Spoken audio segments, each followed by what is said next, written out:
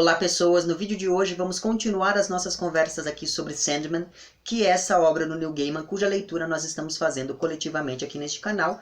E fica aqui o convite a você que tem essa obra na sua casa e queira participar. Sinta-se convidada, sinta-se convidado, porque toda ajuda é bem-vinda ao longo dessas nossas discussões, não é verdade? Muito bem, eu vou deixar aqui essa minha edição de lado, porque vocês sabem que é um livro meio difícil de ficar manipulando. Enfim, bom, no vídeo de hoje, então, nós vamos falar um pouquinho sobre o terceiro e último arco deste primeiro volume da edição definitiva de Sandman, publicada aqui no Brasil pela Panini. E o nome deste arco, então, é Terra dos Sonhos, e ele se estende do número 17 ao número 20. E trata-se de um arco um pouco diferente dos anteriores, uma vez que ele é formado a partir de 4 narrativas independentes, ainda que interligadas por uma mesma questão, que é tratar da interferência do sonho na realidade e vice-versa. Ainda que este tema tenha também ganho certo espaço nos arcos anteriores, me parece que aqui ele vai ser o epicentro a partir do qual todas as outras narrativas, nessas 4 narrativas independentes, vão ali gravitar. Tanto é assim que me pareceram significativas 2 frases que estão, se não me engano, na segunda história. A primeira delas diz que os sonhos moldam o mundo, e a segunda diz que os sonhos têm o seu preço. Me parece que é a partir dessas 2 ideias que se orientam todos esses 4 contos, vamos chamar assim, que apesar de serem independentes entre si, acabam se inserindo e ampliando muito bem toda aquela mitologia que foi sendo criada pelo Neil Gaiman nos arcos anteriores. E essas 4 narrativas fazem isso principalmente ao apresentar novos personagens e também ao recuperar eventos e personagens que já apareceram em arcos anteriores.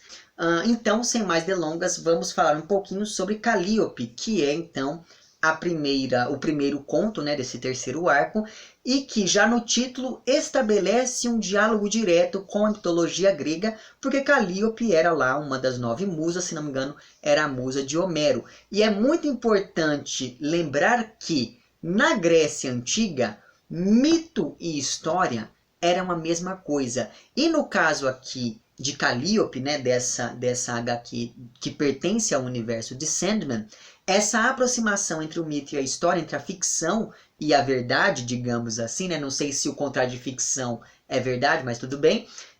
Essa aproximação entre esses 2 elementos acaba acontecendo desde a epígrafe, porque a exemplo, de uma das epígrafes aqui de Calliope, porque a exemplo do que aconteceu em arcos anteriores, como eu comentei com vocês lá no meu vídeo sobre Casa de Bonecas, a epígrafe de Calliope, uma das epígrafes, acaba trazendo uma fala que vai ser de um dos personagens da HQ, o que de certo modo já acaba inserindo este elemento paratextual, que é o texto da epígrafe, dentro deste universo da ficção proposta pelo Neil Gaiman. Muito bem, e do que vai falar então este primeiro conto, vamos dizer, né? Vai falar de um sujeito chamado Richard, que ele obteve muito sucesso com o seu livro de estreia, só que depois disso ele começou a ter um bloqueio criativo. Só que evidentemente que a editora tem um prazo que está se esgotando para que ele entregue ali o seu novo romance, uma vez que o primeiro fez tanto sucesso, e daí, né, time is money. Muito bem, então, como esse sujeito, o Richard, está completamente desesperado, ele acaba indo procurar um outro escritor de muito sucesso no passado, e recebe como presente, digamos assim, a musa que foi capturada, né, que é lá a tal da Calliope, que foi capturada em 1927, se não me engano, e desde então vem sendo abusada de todas as maneiras possíveis para poder inspirar esse sujeito que aprendeu, para que ele pudesse, enfim, escrever os seus livros, escrever os seus romances. Então, no presente que acontece da narrativa, que acontece lá em 1986, salvo engano, a Calliope é apenas mantida prisioneira, mas ela tem esperança de que um dia esse seu dono vá acabar, enfim, soltando ela, pondo ela em liberdade. Só que toda essa esperança acaba indo por água abaixo quando ela percebe que ela vai acabar, enfim, mudando de dono. Com isso, a Calliope acaba evocando 3 outras musas da mitologia grega, que são lá a musa da voz, a musa da memória e a musa da meditação, para que elas a ajudassem de alguma forma. Só que essas três musas evocadas acabam afirmando acabam comunicando a Calíope que no mundo moderno os deuses acabaram perdendo toda a força que eles tinham, já que os seres humanos não acreditavam mais neles e começaram a acreditar em outras coisas. Se não me engano, aquele Deuses Americanos é uma história, é um romance do Neil Gaiman, não é? E salvo engano também, essa é basicamente a base para que se narre aquela história lá de deuses americanos. Não sei se existe alguma relação mais direta entre essas duas narrativas, então vocês aí que entendem mais de Neil Gaiman do que eu, por favor, esclareçam lá embaixo, mas acredito que sim, uma vez que o autor é o mesmo. Enfim, o fato então é que Calíope fica sabendo que no mundo moderno os deuses perderam a força que tinham porque os homens não acreditam mais neles. E a única entidade capaz de ajudar Calíope nessa sua provação, digamos assim, seria lá o nosso amigo Morpheus, que é o tal do Sandman aqui. Só que o Morpheus também foi capturado pelos homens, e isso nos foi narrado lá no primeiro arco em Prelúdios e Noturnos, sobre o qual já tem vídeo aqui dentro desse projeto. E daí existe, evidentemente, tanto uma questão de continuidade dessa narrativa maior de Sandman, uma vez que agora nós sabemos que, apesar de ser uma narrativa independente, o que está sendo contado aqui em Calíope se insere de fato no mesmo tempo em que o Sandman, em que o Morpheus se manteve prisioneiro. Mas existe também uma outra questão muito importante a ser considerada aqui, que é a equivalência entre esses dois seres, uma vez que ambos foram presos por seres humanos mais ou menos ali na mesma época. E essa equivalência acaba gerando um jogo de espelhos muito interessante entre os dois, e isso se aprofunda ainda mais quando nós ficamos sabendo, por exemplo, que Calíope e Morpheus tiveram um relacionamento no passado, e deste relacionamento nasceu um filho que é apenas mencionado, mas acredito eu que ele vá ganhar um maior destaque depois, uma vez que ele foi citado agora, não é verdade? E acredito que o Neil Gaiman não ia, enfim, dar um ponto sem nó. Muito bem, então veja que, apesar de sua independência, pensando na estrutura do terceiro arco, essa é uma narrativa interessante porque ela já antecipa algo que acredito eu que será retrabalhado com mais profundidade em algum momento do futuro. Pois bem, enquanto a Calíope espera ali por ajuda, ela volta a ser estuprada repetidas vezes para que esse seu novo dono, que é lá o Richard, possa ter inspiração. E de fato ele acaba se tornando um escritor cada vez mais reconhecido e cada vez mais aclamado. Só que é claro que a farra desse sujeito poderia continuar indefinidamente, não fosse nosso amigo Morpheus ter se libertado lá em 1988 e vindo em socorro de Calíope, ainda que o término do relacionamento entre os dois não tenha sido lá dos mais amigáveis. E o castigo que o Morpheus dá a esse tal de Richard é o mais cruel possível, porque o Richard havia aprisionado mantido Calíope em cativeiro para que ele pudesse ter inspiração, para que ele pudesse ter ideias. E o castigo que o Morpheus dá a ele é que esse rapaz não consegue mais parar de ter ideias, ele não consegue nem escrever mais de tantas ideias que ele vai tendo ao mesmo tempo. Tanto é assim que ele acaba, o papel que ele se utilizava ali para poder escrever, tem um determinado momento que esse papel acaba e ele começa a escrever nas paredes usando os próprios dedos. Enfim, é um castigo bem digno do sujeito que castigou lá os psicopatas, né, os serial killers em Casa de Bonecas. Enfim, caso você não saiba do que eu estou falando, veja lá os outros vídeos dentro deste projeto. Então veja aqui, não sei se você percebe, mas me parece que o grande interesse deste primeiro conto do terceiro arco é nos mostrar justamente o modo como o sonho interfere fisicamente na vida das pessoas, pensando naquilo que eu falei no início desse vídeo, dessa relação que se estabelece entre o sonho e a realidade, como que essas duas coisas conseguem se influenciar mutuamente. Essa questão vai se aprofundar ainda mais quando nós pensamos no segundo conto deste terceiro arco, que é lá O Sonho de Mil Gatos. Inclusive, eu nunca havia lido essa história, mas eu já tinha ouvido falar dela em outros contextos, então provavelmente talvez essa seja uma narrativa bem conhecida dentro deste universo aqui de Sandman. E se o conto anterior, né, se lá o Calliope recuperava a mitologia grega, este segundo conto, Um Sonho de Mil Gatos, carrega algo de bíblico, pelo menos segundo a minha interpretação, porque nele nós vamos acompanhar a história de uma gata que, depois de ver os humanos ali jogarem os seus filhotes no rio, essa gata saiu pelo mundo para poder espalhar uma boa nova. Então, com o tempo, a fama dessa gata andarilha se espalhou e ela é aguardada em todo canto pelos outros gatos como uma espécie ali de messias ou como uma espécie de profeta. E pensando nela, e pensando que essa gata apenas vaga de um lado para o outro sem ter pouso, ela acaba mesmo mantendo todo aquele caráter de sacralidade que é digno dos poetas bíblicos. Não sei se você se lembra disso, mas se não me engano no meu vídeo sobre o Êxodo, ou foi sobre Levítico, não lembro. Em um daqueles meus vídeos sobre a Bíblia, eu comentei com vocês que a palavra Kadosh, inclusive eu também falei nisso no meu vídeo sobre Kadosh, que é um livro da Hilda Hilst, o link para tudo isso vai estar lá embaixo, mas enfim, a palavra Kadosh, ela significa tanto separado quanto sagrado. E essa ambiguidade dessa palavra acaba servindo muito bem ao modo de vida dos profetas do Antigo Testamento, porque para que eles se preservassem sagrados, eles tinham que se afastar das outras pessoas. Então me parece que esse caráter ambíguo dos profetas bíblicos acaba sendo recuperado muito bem por essa gata andarilha deste segundo conto do terceiro arco aqui de Sandman. E para além dessa questão dos profetas bíblicos, eu fiquei pensando também no que dizia o próprio Jesus, né? Segundo quem as raposas têm suas tocas, os pássaros têm os seus ninhos, mas o filho do homem não tem onde reclinar a cabeça. Pois é, a situação dessa gata é a mesma situação aí de Jesus quando ele fala isso, se não me engano, lá em Mateus ou em Lucas, não me lembro mais.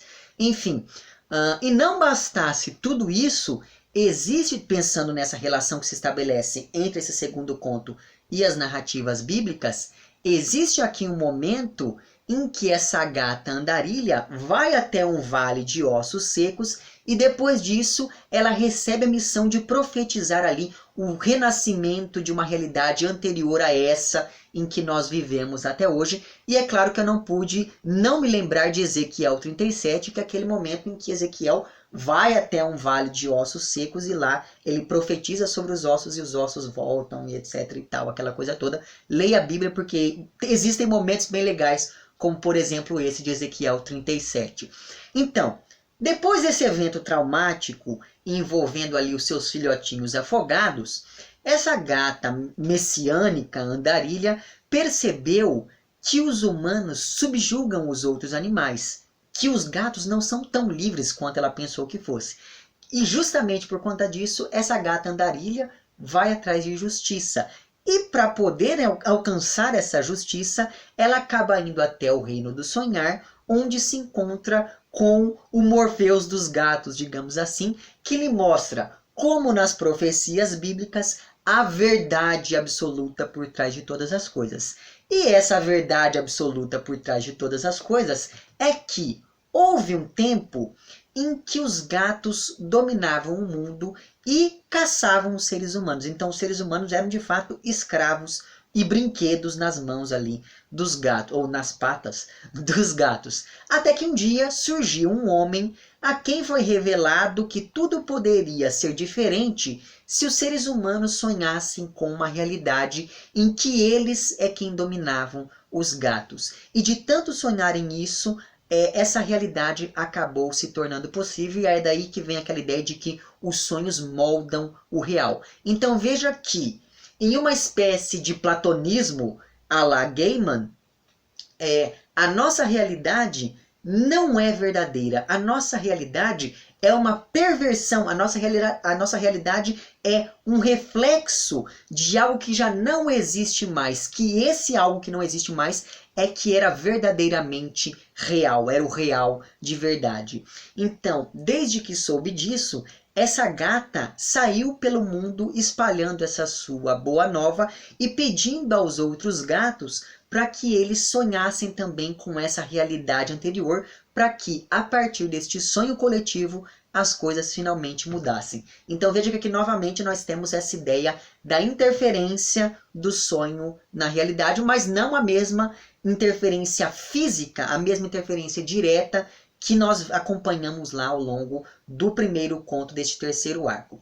E daí isso nos leva então ao terceiro conto de Terra dos Sonhos, que se chama Sonho de uma Noite de Verão, recuperando, portanto, a literatura. O primeiro arco recupera a mitologia grega, o primeiro conto desse terceiro arco recupera lá a mitologia grega, o segundo conto recupera a religião, e agora esse terceiro conto recupera essa questão literária, uma vez que Sonho de uma Noite de Verão é o nome de uma peça de William Shakespeare. Pois bem, este terceiro conto se passa em 1593, ou alguma coisa muito parecida com isso, e ele vai recuperar um dos números que apareceu lá em Casa de Bonecas, que é uma história chamada Homens de Boa Fortuna. Nessa história nós acompanhamos ali o Morpheus, que a cada 100 anos se encontra com um sujeito que se recusa a morrer.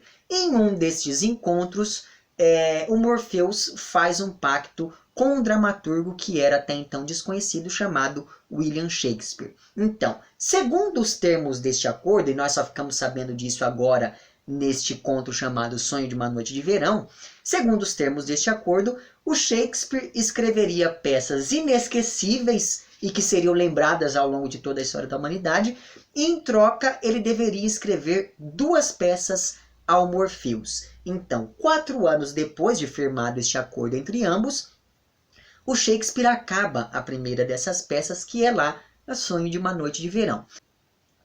E daí é evidente que seria muito bom que depois que você lesse aqui este texto do Neil Gaiman, né, esse terceiro conto do terceiro arco, você fosse ler o Sonho de uma Noite de Verão do Shakespeare, para você ver como que acontece esse movimento intertextual que liga esses 2 textos, essas 2 obras. Mas enfim, de uma maneira geral, o Sonho de uma Noite de Verão é uma comédia que vai recuperar muitos elementos da mitologia greco-romana para poder contar ali a história da Hérmia, que ama um sujeito chamado Lisandro, só que é forçada a se casar com um sujeito chamado Demétrio. Então perceba que isso daqui é praticamente lá a quadrilha do Drummond. Mas enfim, então, para evitar este casamento, a Hérmia e o Lisandro, que são os 2 apaixonadinhos lá, decidem fugir, só que ela conta esses seus planos para uma amiga, que é lá a tal da Helena, que por sua vez é apaixonada pelo Demétrio, que é o prometido da Hérmia. Então veja que é uma verdadeira confusão aqui,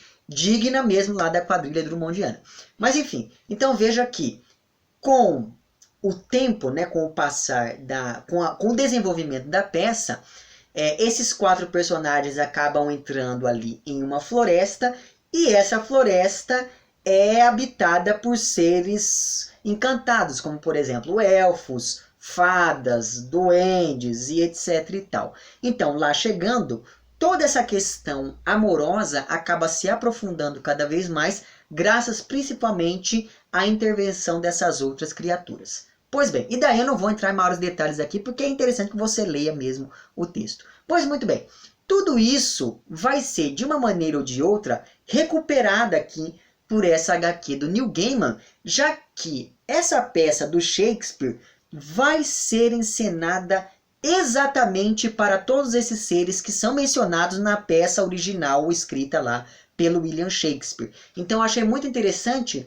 como o Neil Gaiman recupera não apenas o texto em si, mas ele traz esse texto para uma realidade em que os personagens são de fato reais. Então eu achei muito curioso esse movimento empreendido aqui pelo autor. Então, nós vamos ter aqui, a partir deste movimento intertextual, uma confluência de 3 focalizações diversas. Então, uma dessas focalizações vai incidir sobre a plateia, e daí nós vamos acompanhar aqui esses personagens comentando a peça.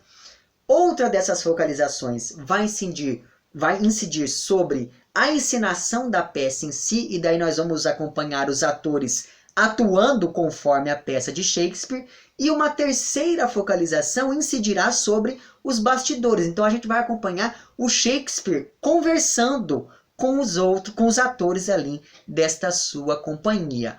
Portanto, nós vamos acompanhando ao mesmo tempo 3 ambientes diversos ao longo do desenvolvimento deste terceiro conto aqui. Graças a isso, então, a realidade dos atores se confunde com a realidade dos personagens que eles estão interpretando, que por sua vez se confunde com a realidade da plateia para quem eles estão se apresentando. Com isso, evidentemente, fica clara a relação que se estabelece entre o real e o irreal, principalmente quando nós pensamos ali no sonho, já que tanto na peça quanto na HQ aqui do Neil Gaiman, os personagens chegam ao fim sem saber se tudo aquilo aconteceu de fato ou se eles apenas sonharam com todos aqueles eventos mirabolantes. E essa discussão entre a falta de limites para separar o sonho da realidade acaba, de certo modo, esbarrando na relação que se estabelece entre essa realidade que se torna ficção nas mãos do William Shakespeare, uma vez que ele consegue transformar tudo em matéria criativa para suas peças, segundo as palavras ali do seu próprio filho, que se chama Hamlet. Então uma coisa muito interessante é que o Shakespeare é o oposto daquele personagem Richard do primeiro conto, já que o Richard tinha ali toda uma vivência, mas ele não conseguia transformar nada em literatura, enquanto o Shakespeare consegue transformar qualquer coisa em matéria para a construção dessas suas peças. E uma coisa muito interessante, pensando nessa relação que se estabelece então entre o real e o ficcional, entre o real e o irreal, né? Uma é essa relação com o Shakespeare e a outra diz respeito ao filho do Shakespeare, que se sente menos real do que os personagens criados pelo pai. Então é muito interessante observar como que o sonho, como que a ficção acaba corroendo a realidade, como que a ficção começa a tomar espaço daquilo que é real.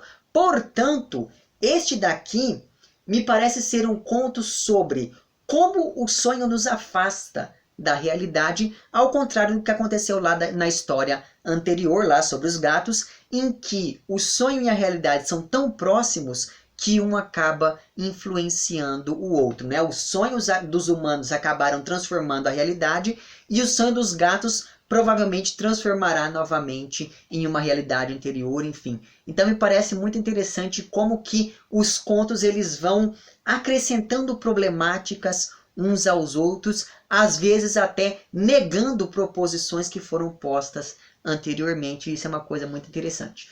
E o quarto e último conto aqui deste terceiro arco se chama Fachada.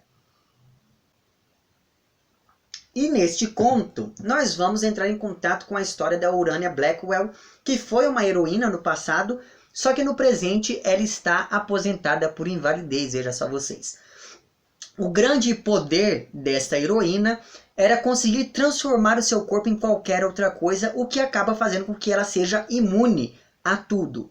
Então, o que no começo foi um sonho, porque afinal de contas ela conseguia, enfim, combater o crime, esse tipo de coisa, com o passar do tempo se tornou um pesadelo, já que agora ela não pode mais trabalhar, porque ela já está, enfim, já passou da idade de trabalhar, só que ela também não consegue mais morrer, porque ela é imune a todas as coisas. Então, o único contato que ela tem com o mundo fora do apartamento dela é por telefone com o rapaz do departamento responsável por mandar ali o cheque da aposentadoria para ela. Então, todo o resto do mundo acabou se esquecendo dessa personagem, dessa heroína, e graças a esse abandono, ela decide que ela precisa morrer de qualquer jeito, ainda que ela não consiga se matar de jeito nenhum.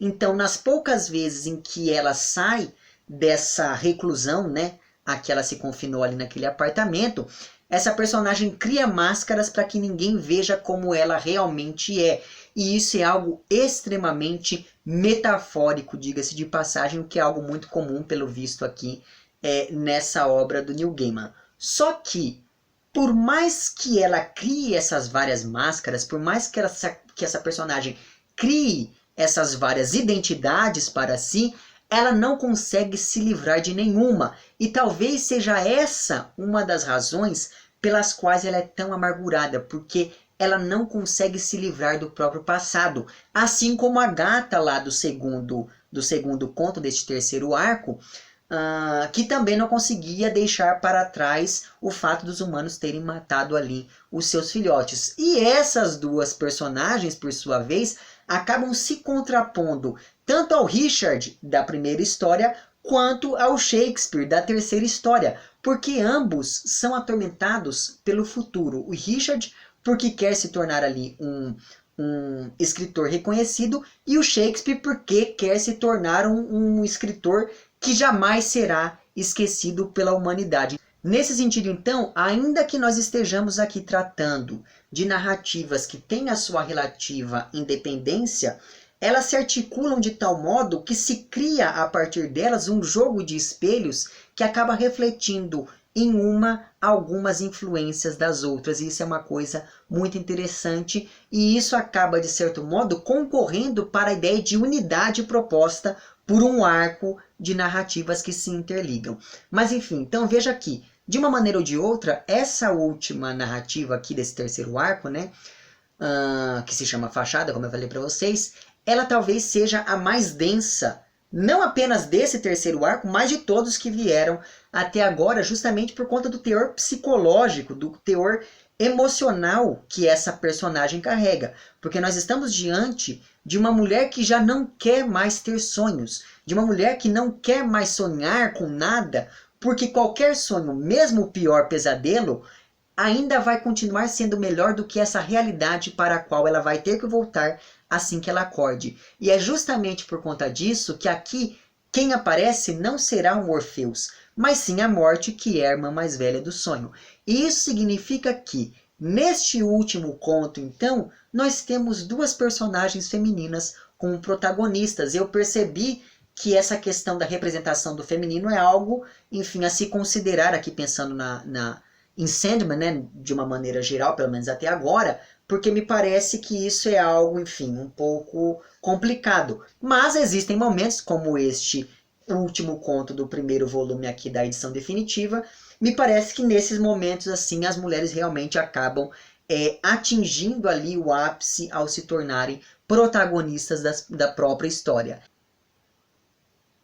Mas enfim, é então com a ajuda da morte, que essa figura universal, essa figura onipresente, que a nossa personagem central aqui vai conseguir de fato aquilo que ela quer. Isso porque a morte acaba aconselhando a Urânia para que ela fale com o deus Ra, que é um dos deuses da mitologia egípcia, que foi quem havia dado os poderes a essa personagem em algum momento do passado. Ou seja, nós temos aqui a recuperação de uma outra mitologia, fazendo com que cada um dos capítulos, cada um dos contos deste arco acabe dialogando com algum tipo específico de discurso. Seja lá o discurso clássico, quando nós pensamos na mitologia grega, esse discurso mais mitológico agora com a mitologia egípcia, um discurso religioso quando nós pensamos lá na história dos gatos, e um discurso literário quando nós pensamos nessa história do Shakespeare. Portanto, me parece que, apesar de independentes, essas narrativas conseguem muito bem desenvolver uma argumentação que se inicia com a influência que os sonhos têm na realidade, quando nós pensamos na primeira história, até o momento que marca a separação total entre sonho e realidade, quando nós pensamos aí nessa personagem que se recusa a sonhar, que não quer mais sonhar. Enfim, que nós temos então nesta última narrativa deste terceiro arco. Inclusive, pensando nessa questão de narrativas independentes, talvez fosse interessante uma pessoa aí que nunca leu Sandman começar por aqui, porque aí você não tem todo aquele compromisso de acompanhar um arco todo com uma única narrativa se desenvolvendo.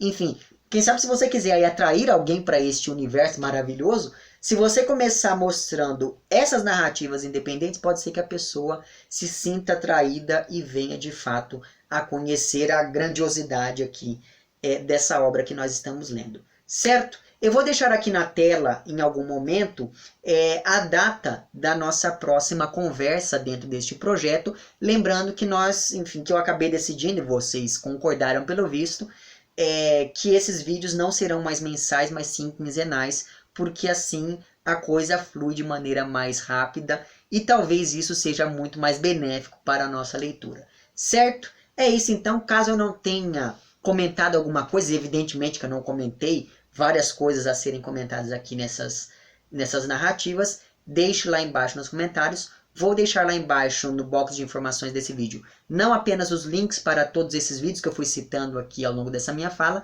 mas também o link para onde você pode comprar aqui Sandman, e com isso você me ajuda e todo mundo fica feliz. Vou deixar ao fim deste vídeo algumas imagens aqui desta HQ para que vocês vejam. E é isso. Se você gostou do vídeo, não esqueça de curtir e de compartilhar. Caso não tenha gostado, não esqueça de dizer lá embaixo por que não gostou. Se você está inscrito no meu canal, muito obrigado pela sua inscrição. Caso não esteja inscrito, inscreva-se também lá embaixo. Um amplex para vocês todos, até o próximo vídeo e tchau.